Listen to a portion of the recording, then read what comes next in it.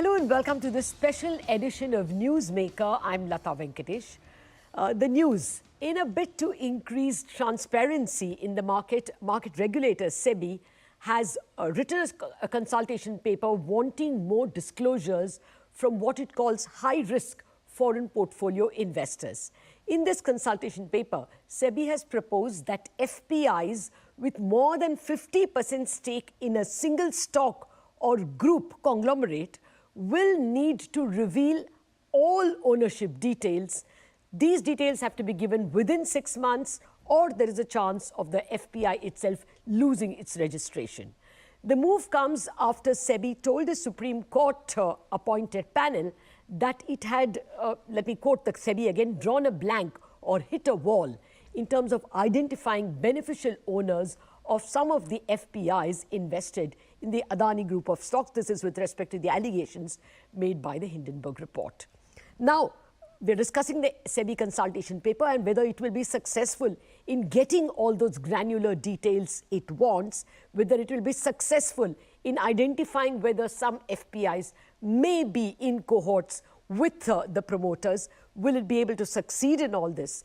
Joining me to discuss these questions are Deepak Shenoy, founder of Capitalmind, R.S. Loona, former SEBI ED and managing partner at Alliance Law, Vivek Mimani, the partner at Khaitan and Company, and Manendra Singh, partner at Economic Laws Practice.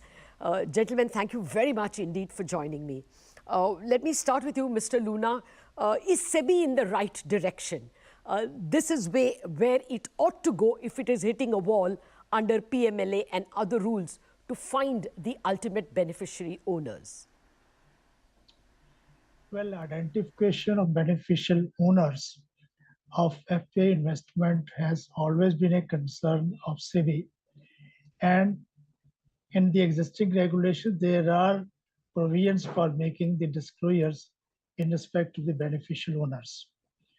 The present move is in the right direction because it is identifying the particularly high risk FPIs, which probably according to SEBI or the market insiders, they might have violated the minimum public shareholding norms or the press note number 3 of the government, whereby the investors from the border states of India, they could invest only through the government route.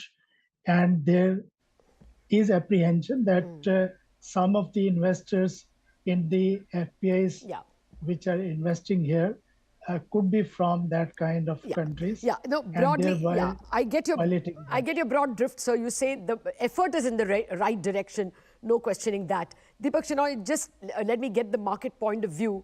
SEBI has filtered out the sovereign wealth funds, the central banks, the government pension funds, widely held or widely invested in public funds. Do you think they have clearly minimized the risk to the market? Only 6% of FPIs. What's your reaction?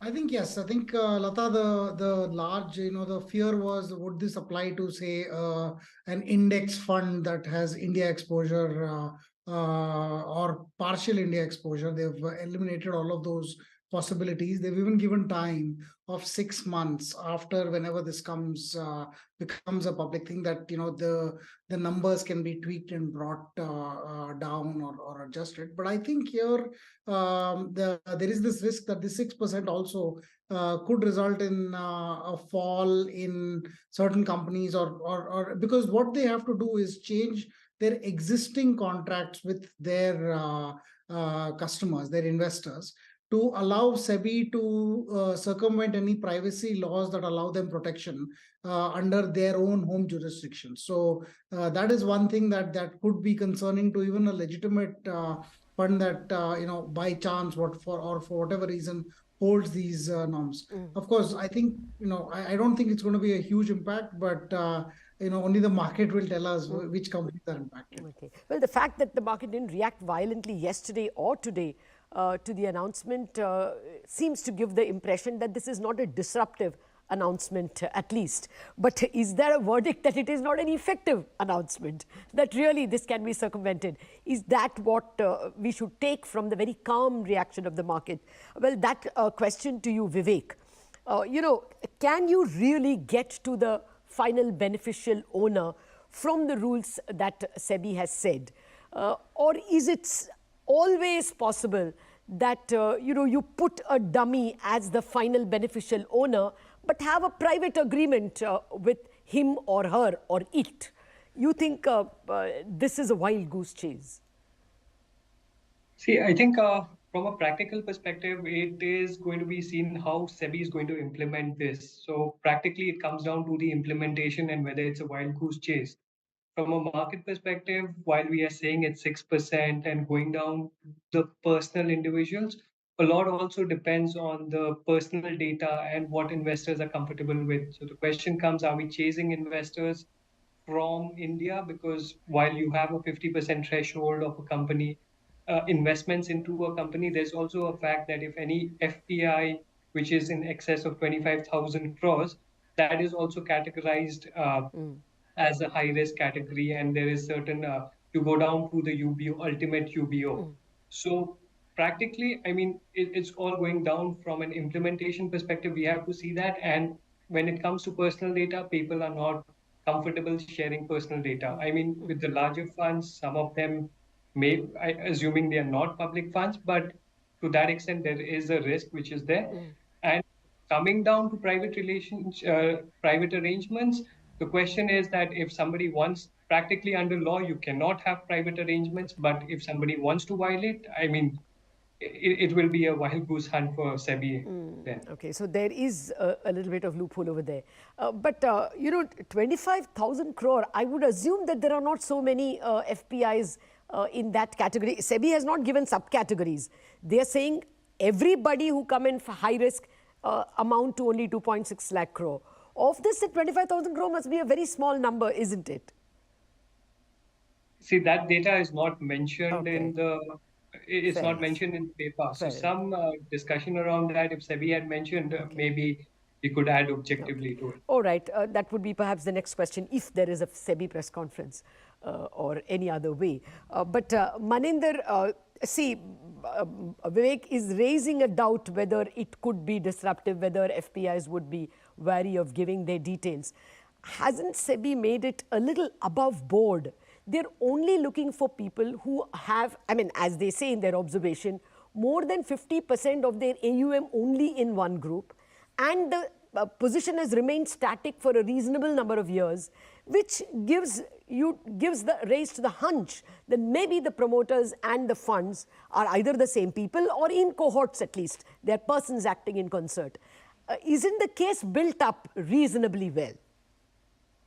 So I think how I look at this is the way the consultation paper is drafted and the rationale which have been given by SEBI is twofold. They're trying to capture the whole MPS norms breach. And second, if there's a PN3 violation that can possibly happen. And to understand that, I think it may be said that in the beginning, they are trying to only look at the high risk FPIs. And it's going to be a very narrow list, which the SEBI is trying to figure out. And to answer your question, whether they've gone overboard or not, I think the intent is coming from those two reasons, that PN3 violation and MPS norms. I think it's a direction in the right step, because they want to make sure that, especially in the listed entities space, the decision making is lying with the real shareholders who are going to be controlling the affairs of the company. And somebody maybe probably sitting out of India is not calling the shots in consonance with the promoters or the family groups of the promoters. And that's where they are clearly saying that if that is the situation, then it is not the true float which is being represented in a listed company, and which exactly the free float. I mean, I think that is the big point that SEBI seems to be making, that we don't want that the free float in effect is 4, 5, 6, 7%. that, some 15-20%, which is actually held by FPIs, is perhaps in some way a proxy for the promoters. That seems to be the underlying message. Mr. Loona, what is your sense? Should the rules have been tighter? I mean, that is one way of looking at it. You have 6 months to bring down the stake.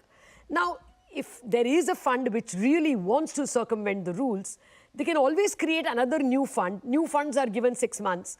So you could just pass on whatever is excess in your investment in one target company. Say, you have 70% of your money in one company. You take out 21%, put it in a new fund. And the new fund has the liberty to be exempt from the rules for 6 months. And then after 6 months, you create another. So do you think this 6 months is too loose? I think let us understand that what is 6 months they're talking about. They're saying that the disclosure requirements, which are additional requirements, they are required to be complied with by these high risk FPIs after 6 months. The reason being that during this period, if they bring down the investments below the threshold limits of 50% in a company or group of companies or 25,000 crore overall investment, then in that case, they will not be required to comply with the additional disclosure requirements. In fact, it raises a doubt in my mind whether the intention or the purpose of the circular is going to be served by giving this kind of long ropeway to the FPIs to comply with this. So you do think it's a long rope that they've given, too long? I mean that with this you can probably take care of the future violations, but if the intention of the circular is to catch hold of the people who are already committing or who have committed this violation of the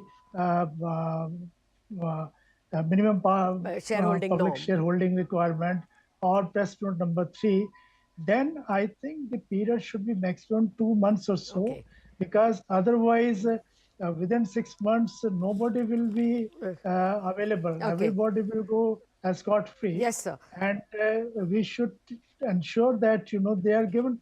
And I understand that we can't have the abrupt change in law offloading of this investments in the market, because that can also impact the SCIP's valuation and can cause losses to the FPAs, which is not as per the government's policy of doing use of business and all that. Now, Mr. Loona, should be a reasonable one. So you make a very important point that 2 months perhaps would be enough. And I want to put that to the vote of the rest of the panel in a minute after the break. Please think over that question.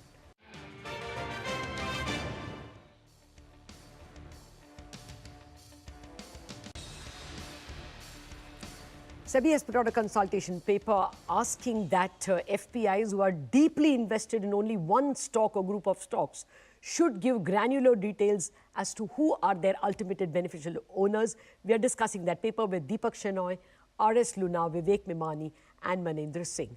Well, before going to the break, Mr. Loona made the point that giving 6 months for people invested in just one stock overwhelmingly to come down to below 50% of their AUM is too long a rope and may result in the big fish slipping out of the net. Your take, Deepak. Do you think that that's really too long? So I think, Latha, I would differ on one part. I think the 50% shareholding in one group, sure, give them 2 months. But somebody with just 25,000 crores invested in India, that's just $3 billion, has to also, comply with these norms, not just within 6 months, but any change in their investor structure, they have to inform SEBI within 7 days.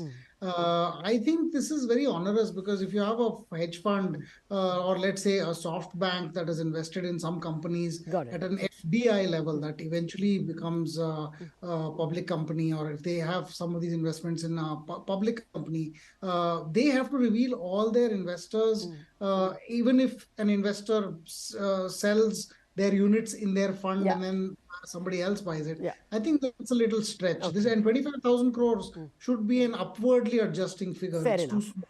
I think both you and Mr. Loona should write to the SEBI, because anyway, that's what they have put the consultation paper for by June 20th. But, you know, I'll leave the press note 3 aside, because that's a category by itself and the minimum public shareholding is another category. The minimum public shareholding is perhaps more likely to impact stocks. Therefore, Vivek, on that point, do you think that, you know, if you gave these 6 months, first of all, it's a long period, and then there is a separate rule which says that this doesn't apply, this 50% shareholding exposure, disclosure norms doesn't apply to newly set up funds for a period of 6 months. Put together, is this a loophole that needs to be plugged? No, Latha, I don't think it's a loophole, because for any genuine fund to actually start operations, so if you look at the category which is not covered is a hedge fund. So for any genuine hedge fund to set up and start operations, you need to raise capital over a period of time. And the 6 months is something which you actually need to comply with, say, the 50% threshold to build your portfolio. So that is a reasonable time which is provided. Today, even if you look at the FPI regulations, SEBI gives you 2 years to actually ensure that the NRI criteria of 49%, 25% is met. Sorry. So this is the flexibility which should be provided. And Okay. All right, okay. You can't take out 6 months from the new fund. But what about Mr. Loona's point that why should you give people who are already over 50% in one stock? So for that, definitely you think that merits reduction to 2 months or whatever? That definitely, I think, merits. You can look at that because it's already. Deepak, do you stand on that? Sorry, I think I missed reducing the already existing overwhelmingly invested funds to bring down their stake in one stock below 50%. Don't give them 6 months, give them just 2 months. Yeah, I agree with that. I mean, I think having more than 50% in one stock or group it's astounding that, you know, a fund would do that. But so you Fair can enough. do it. So the motion passes at least for the moment 3 out of the 4th. Manendra, your view? Sorry, can you repeat that question? The same question, that SEBI says that if you are already invested over 50% of your AUM in just one stock, that's too much. We give you 6 months to bring it down below 50%, or give us all the ultimate beneficial owners. Do you think 6 months are needed for you to find out your beneficial owners or to bring down your stake? Should you not be given much less time? The House believes, 3 persons believe that 2 months should suffice. Yeah, I think SEBI is trying to give a staggered period of for people to think through if there is an ability to make the disclosures, which is the requirement that they are trying to come up with, or then over a period of 6 months, then you try and seek an exit and bring down your shareholding below 50%. Imagine a situation if it is a very short period also, then it will have some tremendous impact on the share market as well. I think SEBI is trying to slow down the impact that, let's say, if any were to get out of the stock market expert doesn't think there is an impact. Deepak Shenoy, he's a very important person from the stock market. He doesn't think it's going to be disrupted. Manendra, so, I mean, I'm just wanting to know whether, so basically you don't support 2 months, you think they should be given more time. Is that your contention? I think for any law to be implemented, and there is a reasonable expectation for any person to whom it is implemented, that there should be a reasonable time period for that person to be given to figure out the ways and means to be able to comply with some stringent norms. And this is a stringent norm which is being brought onto the book. No, yeah, you know, you can agree with some parts. I mean, I take Vivek's and your point that a new fund needs to be given 6 months. But some other part of the consultation paper can always be, you know, objected to or improved upon or tweaked. Deepak, I thought you raised your hand. You wanted to say something about this 6 month period. Yeah, I mean, actually, there is the period, you know, the way the rule is structured is any new FPI, whether they meet these norms or not, are also required to take, an assurance from their own shareholders that they will, in case they breach these norms at some future date, they will also they're empowered to SEBI is empowered to ask them about their granular details. You know, and even if they are not in breach right now. So I think that's also going to be a problem. Whether the 2 months is in place or not for existing, the new ones will also get No, impacted. yeah, but they, I think, are given some time, I think 10 days or something to bring down. If on a stray day you go above, it's not all that cast in stone. There is some elbow room. And maybe SEBI will extend it to even 15 days if people like you write to them saying that this could be cumbersome if you have to ask existing shareholders that in future, if I am in a violation, can I? That's a fair point, and maybe you should write to SEBI on that. See, my bigger point is, Vivek, okay, or let me put this to first, Mr. Loona. Do you think people may slip out of this by being able to create new funds or in some fashion having private agreements? And in the end, the SEBI consultation paper and final framework ends in giving a clean chit to the wrong people. Is that a possibility, Mr. Loona? Yeah, I mean that if you give such a long period, then as I mentioned earlier also, then the intention of catching hold of people who have already committed violations of MPS requirement or press note number 3, and then that possibility will be remote because you're given them a long time to comply with all this. Okay. So if there's a shorter period, then probably there's a possibility to catch hold of that. That's a very important point. So, the SEBI should not be so red in the face that it gives a clean chit to the wrong people. Very quickly, Vivek, I'm sorry I can't put it to everyone. Do you think it makes life difficult for the good guys? See, reporting, etc., is tedious. So the 7-day reporting is extremely hard, and that's something which is going to be disruptive. Okay. All right. So perhaps some changes to the 7-day reporting can, I mean, you could extend that a wee bit, perhaps. Yeah, I can understand for extremely large funds that will be tough. So perhaps different recommendations for the press note 3 guys and different recommendations for the minimum public shareholding. Right? It talks about the UBO, you go right up to the individual who's there, so which is a difficult task. Yeah, I take your point. Gentlemen, it was a pleasure speaking with you. This is just our kickoff for the discussion of a very important consultation paper. And at least we've got one thing which 3 out of 4 of you are telling SEBI, don't give 6 months, that's dangerously too long. You probably want to shorten it, but you may want to lengthen the other periods, like 7-day reporting period in case you flout the law briefly. Take a point on that, and I hope SEBI is listening. Thank you very much for joining us in this very interesting conversation on the SEBI consultation paper. Thank you very much for watching. News and updates are lined up for you after the break.